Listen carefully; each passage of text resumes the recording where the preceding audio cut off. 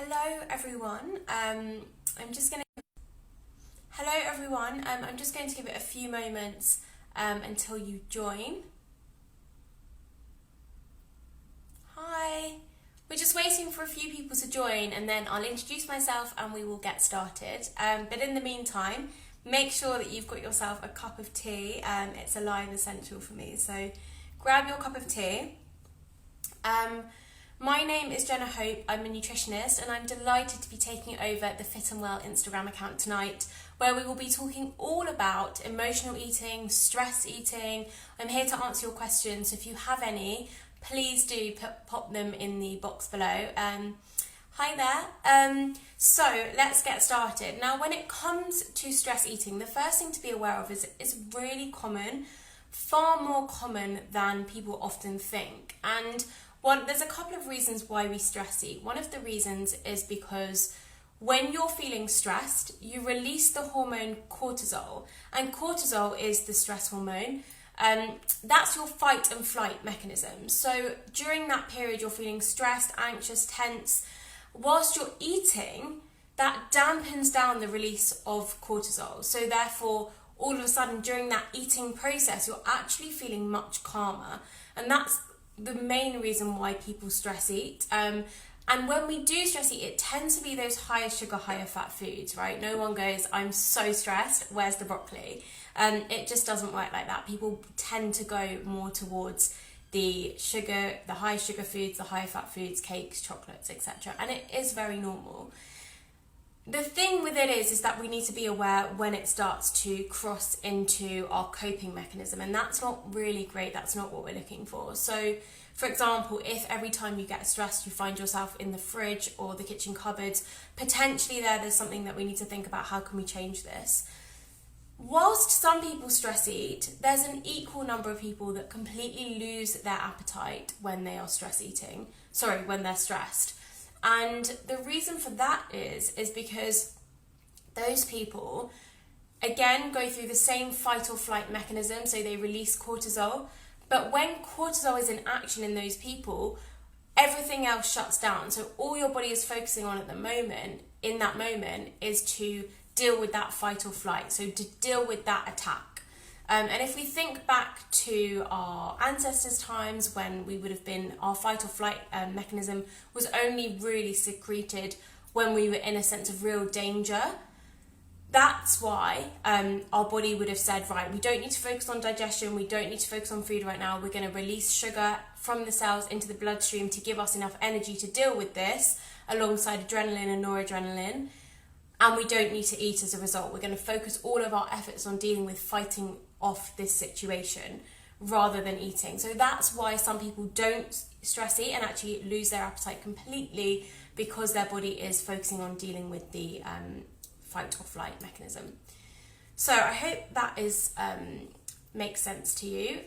When it comes to stress eating, there are a couple of things that really increase stress. Now, stress and nutrition is a bi-directional relationship. So what that means is that when you are feeling stressed, you tend to go for those higher sugar, higher fat foods, but equally, those foods can stimulate increased physiological stress, so increased stress within the body.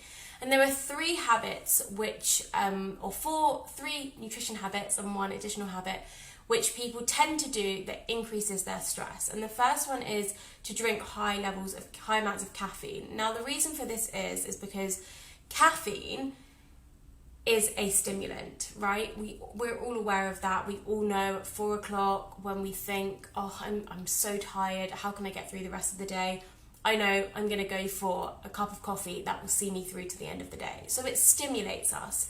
What it does is it blocks the release of adenosine. Adenosine is a neurotransmitter which is released slowly throughout the day to make you feel quite calm and sleepy. So all of a sudden you don't have that adenosine being released. That's the first thing. The second thing that it does is it actually impairs something called GABA, and GABA is another neurotransmitter which leaves you feeling quite calm. So all of a sudden we've got no adenosine and no GABA, two key neurotransmitters that are required to leave you feeling calm and relaxed. And that's why coffee is a stimulant, but equally it can cause increased stress, it can cause increased stress in the body as well. So that's something to be aware of. Caffeine has a half-life of 6 hours. So what this means is that if you consume a coffee at 4 p.m, by around 10 p.m, which is ideally the time we should be looking to go to bed, half of that caffeine is still swimming around in your blood.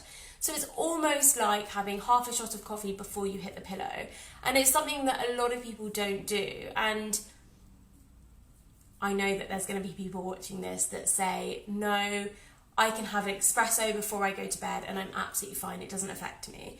And what the research suggests in these cases, that whilst it might not necessarily affect you in a sense that you might not struggle to go to sleep, your quality of sleep will be significantly reduced as a result of that. So that's something to be aware of, that, you know, even people who think, no, it's absolutely fine, I can have as much caffeine as I want before bed, it does impair your ability or your quality of sleep, and that's really important. So that's caffeine. But before we move on, when it comes to caffeine, people often say to me, you know, I can't wake up in the morning without a cup of coffee. And I'm by no means suggesting that you can never have caffeine again, absolutely not. You know, I fully appreciate that some people need a coffee to get out of bed in the morning, but it's drinking excess coffee throughout the day. Really try and cut back on that. And what I would recommend is to focus on herbal teas as an alternative. So for example, like the one that I'm drinking this evening, or focus on even things like green tea and matcha, which do contain caffeine, but they also contain a compound called L-theanine, which is an amino acid, and that helps to slow down the release of caffeine. So instead of like coffee where you get a massive spike and then a complete crash, with matcha and green tea you get a gradual lift and then a gradual trickle off. So it doesn't have quite an impact on your stress. So that is caffeine. The second habit that people often are susceptible to when they're feeling stressed, which can make it worse, is sugar. And again, I'm not suggesting that you don't consume sugar, absolutely not. It is a fundamental part of life.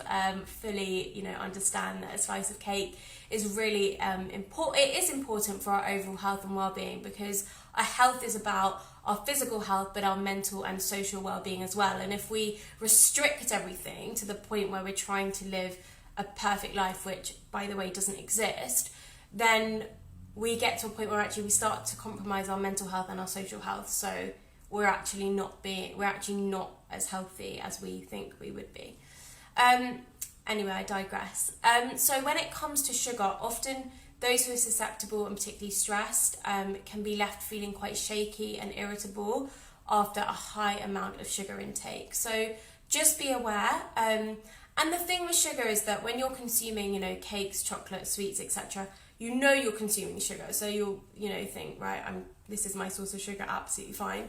But it's more the hidden sugars that we need to be aware of. So the yogurts that contain sugars, cereal bars, cereals, sauces, really try and avoid those hidden sugars, because that's where they sneakily creep in and do add up. And the next one is alcohol. And alcohol can leave people who are anxious feeling more anxious. We know that alcohol is a depressant, and during alcohol metabolism, you actually remove a significant number of micronutrients in order to metabolize the alcohol, which means that you're left a little bit nutrient deplete at the end of it, particularly things like B vitamins and magnesium. And magnesium is very important when it comes to supporting stress and adrenal function, which is responsible for the release of the stress hormone cortisol. So it's really important that we try not to overdo alcohol. And when it comes to alcohol, again, I'm not suggesting that you never consume alcohol. I love a glass of wine just as much as anyone else. So I'm really not suggesting that, but it is important that we're aware of how much alcohol we are consuming. So the current recommended guidelines are 14 units of alcohol for men and women, which is, you know, really important to be aware of, that they are the same. They used to be different, but now they are the same. And that looks like 7 small glasses of wine, 6 pints of beer, and 14 single serve shots.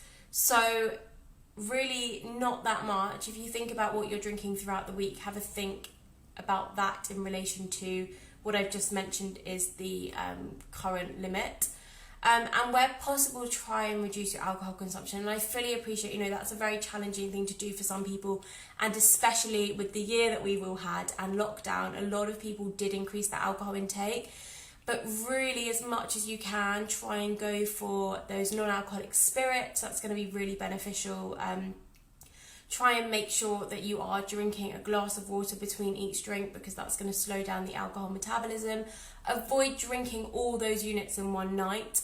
It's far better off to spread them out throughout the week rather than trying to, think, oh, well, it's Saturday night or Friday night, I'm going to, drink all my beer and my wine. Really try and avoid doing that, because it has a worse effect on the liver.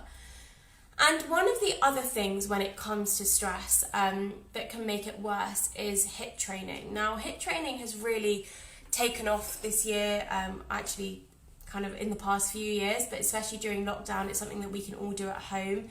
But if you are particularly stressed, HIIT training increases your cortisol. So HIIT training can increase cortisol for 24 to 36 hours. So if you are doing a HIIT session in the morning, having quite a stressful day, feeling anxious anyway, drinking your coffee throughout the day and potentially, consuming a couple of high sugar snacks and then having a glass of alcohol in the evening, actually with all of those habits, you're significantly contributing to your stress levels and you're not really allowing them to fall. So then you might wake up the next morning and have do another HIIT session. And as a result of that, you might find that you're feeling more stressed than you did beforehand. So it is really important that you do try and limit HIIT training if that is something that you are doing and you are particularly stressed about. Now, when it comes to emotional eating, again, that's something that does happen, and I think it's really important that when we think about emotional eating, if we think back to being babies, that's really where we learn the relationship between food and emotions. Because when we're a baby and we cry and we're fed, we often stop crying, and that's our way of suggesting that we're hungry. So those emotions and food are very, very, very interlinked. And so it's not necessarily a bad thing, but it needs to be monitored. And if it is something that is creeping into your daily life and becoming your coping mechanism for stress, then it's definitely something that I would recommend, stopping and thinking about. And when it comes to emotional eating, there are a couple of things that I suggest. So the first thing is, you can't change anything unless you're aware of the situation, unless you're aware of the routines and the habits that you're in. So your very, very first step is to try and acknowledge when you're emotional eating and start to create a food and mood diary. So if you find yourself, in the cupboards or in the fridge all too often, jot it down and jot down what's happened prior to that event. And over a period of time, you'll be able to associate when you're emotional eating and when you're actually hungry. And in this food and mood diary, it can be useful as well to highlight your hunger and satiety levels. So very simply, rate it from 1 to 10. And if you're particularly hungry, then that will be closer towards the 1. And if you're particularly full, that will be closer towards the 10. And that can help you to identify whether you're hungry or whether you're emotional eating. And once you've been able to get these patterns, so once you've acknowledged these behaviours, you can then start to put things in place to change them. But until you've acknowledged them, you can't really make any changes because you don't know what you're trying to change. So what I would say, once you've got that pattern in place and you've worked it out, you'll start to make a list of your triggers. And once you can identify your triggers, that's when you can spot them when they occur. So when your triggers occur, what I would say is put a break in between walking from wherever you are into the kitchen, stop, and in that moment of stopping, you can process what's about to happen. So you might find that you're about to use food to monitor your emotions or to deal with your emotions. And to begin with, that's enough. Just acknowledging that link is ample. It's not going to change overnight, and I think that's really important to be aware of. So once you've created that link, For the first few, or the first stage, you'll then still continue to emotionally eat, and that's very, very normal. But over a period of time, if you can make these breaks longer and longer and longer, you can then start to intervene within these breaks. So for example, if you create a list of things that you like doing, whether that be reading a book, sitting down with a cup of tea, going for a walk, doing a short yoga session on YouTube, for example, all of those things that you enjoy are all acts of self-care, and they're all going to help you deal with your emotions in another way other than using food. So once you have identified that break, you can then pick out from a list of your favourite activities that you know help you to manage your emotions, and then you can implement those activities instead, and that can be really, really beneficial. But I think it's really important to be aware that things don't change overnight, they really don't, and it's very normal. And if you do find that this is really, really impacting you over a prolonged period of time, then definitely please do seek personalised advice, because what I'm discussing here tonight, is very general, and there might be underlying issues going on that you do need personalised advice. So please do seek personalised advice. If you feel that your emotional eating is turning more into an eating disorder, again, please do seek personalised advice. There is a completely different strategy for that, and it is important that you're aware of that. If anyone has any questions on emotional eating, stress eating, please do drop them in the comments box. Excuse me. I just wanted to give you a whistle-stop tour of what happens when you are emotionally eating, and the fact that it is relatively normal, but if it is something that is occurring every day, then definitely something to be aware of. And especially, during the times of this pandemic, it's really challenging. It's a tough time for many, many people, and so don't be too hard on yourself. It's okay if you have an extra bar of chocolate, or don't get too stressed about it, because sometimes being stressed about it can make it even worse. So it's really important that you're kind on yourself, that you cut yourself some slack during this period, and just do things for you, some self-care. Enjoy a bath. An Epsom salt bath is fantastic, because Epsom salts contain magnesium, and the magnesium is absorbed straight from the salts into your bloodstream, and it has a really calming effect. So it plays a key role in muscle and nerve relaxation, and it can also help with sleep as well. So I do recommend an Epsom salt bath as a mechanism of self-care.